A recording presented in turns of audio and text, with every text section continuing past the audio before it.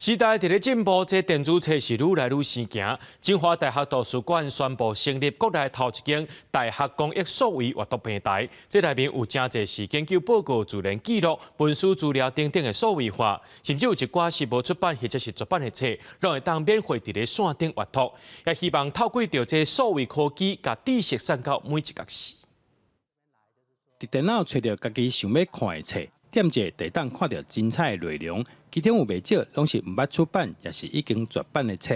平常时真歹伫市面上找到。清大图书馆透过数位典藏，那提供民众通线顶阅读，而且完全免钱。阅读本来就是一件很棒的事情，然后让不用走进图书馆就可以在家手机打开就可以阅读，那一定可以增加阅读的数量。学校有提供的线上图书馆平台去看的，我也不会借实体的，就是也比较便利，但是确实阅读上会比较累啦。但是我觉得便利大于一切。各个大学还有机构的图书馆啊，都能够见贤思齐啊，大家一起合作，让社会啊能够在阅读方面能够多一份珍贵的资产。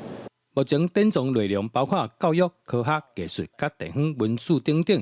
譬如讲，以这本茶花作品来讲，内底就记录台湾800多种茶花历史甲品种。即马透过平台，互更加侪人知影。它里面的内容，好，那会有目录，然后当然是它的前言简介，然后就接下来就是它的各种说明啊，那这个都非常的细，各种它每一个品项它的各种名称，对，然后它的习性啊，这些东西都会详细的记载。清大图书馆表示，也欢迎外界提供家己的作品授权，好好收藏。只要是完全的内容，作者愿意授权开放线顶阅读，拢会当提出申请。希望透过数位化，和收藏的电子册愈来愈丰富，和知识代代传落去。记者杜君和新竹报道。